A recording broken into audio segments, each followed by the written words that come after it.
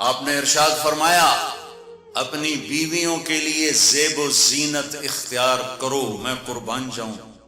میں تو آپ کو نبی کا دین بتا رہا ہوں، آپ کا تو دین بڑا اوکھا کام، بیوی واسطے چنگے کپڑے پاؤنا اوکھا کام۔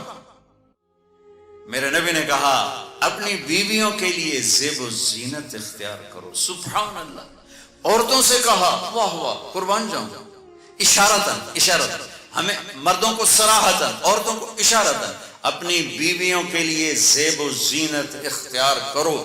بنو اسرائیل میں زنا اس لیے پھیلا کہ مردوں نے بیویوں کے لیے زیب و زینت چھوڑ دی تو وہ غیر مردوں کی طرف مائل ہو گئیں، اور پھر عورتوں کو فرمایا کہ خامدوں کے لیے تیار ہو۔ کیسے؟ آپ نے فرمایا جنت کی حور اپنے خامد کے لیے ایسے تیار ہوگی جیسے ام سلمہ میرے لیے تیار ہوتی ہیں۔ سبحان اللہ، سبحان اللہ۔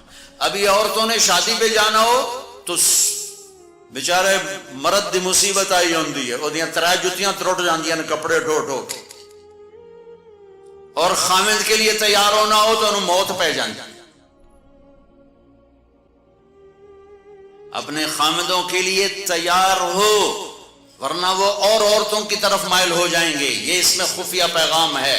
میرے نبی حیا والے ہیں، پاکیزہ زبان، پاکیزہ ذات۔ مردوں کو صراحتاً فرما دیا اپنی عورتوں کے لیے تیار ہوا کرو۔ بنو اسرائیل میں اس وجہ سے فحاشی پھیلی۔ اور پھر اشارت، جنت کی حور اپنے خامند کے لیے ایسے تیار ہوتی ہے جیسے ام سلمہ اللہ کے رسول کے لیے تیار ہوتی ہیں۔ جب حضرت فاطمہ رضی اللہ تعالیٰ عنہ کی شادی ہوئی اور نکاح ہو گیا اور رخصتی 1 ماہ بعد، 2 ماہ بعد، 6 ماہ بعد، 1 سال بعد یا فوراً، یہ ساری روایات ہیں، لیکن زیادہ صحیح ہے کہ کچھ عرصے بعد رخصتی تھی، فوراً نہیں تھی۔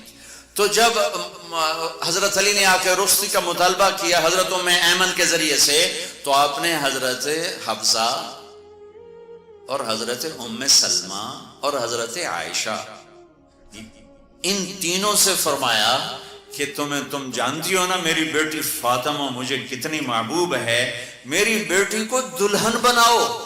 اللہ اکبر، میری بیٹی کو تیار کرو۔ یہ میں دین بیان کر رہا ہوں، بے پردگی نہیں، بے حیائی نہیں، زیب و زینت میرے دین کا حصہ ہے، میرے نبی کی شریعت ہے۔ میرا نبی خوبصورت دین لے کر آیا ہے، ایک خوبصورت زندگی لے کر آئے ہیں۔ پتہ نہیں ہم نے کہاں سے عجیب و غریب دین کے فلسفے نکال لیے ہیں۔ سبحان اللہ، قربان جاؤں۔ آپ نے کہا جابر شادی کی؟ کہا جی کی۔ کہا کماری سے کہ بیوہ سے؟ کہا جی بیوہ سے کی۔ کہا اللہ بکرن فتلاعبک وتلاعبها، ارے تو نے کماری سے کیوں نہ کی؟ وہ تجھ سے کھیلتی تو اس سے کھیلتا۔ میں میرے نبی کا دین بیان کر رہا ہوں۔ آپ کیا سمجھنا صرف رمضان کے روزے رکھنا دین ہے؟ حضرت ہاں وہ دین ہے، بہت بڑا حصہ ہے دین کا۔ عبادت میرے دین کی بیس ہے، بیس ہل گئی تو ساری عمارت گر جائے گی۔ نماز نکل گئی، روزہ نکل گیا، زکوٰۃ نکل گئی، حج نکل گیا، پیچھے کیا رہ گیا؟ ساری عمارت ٹوٹ گئی۔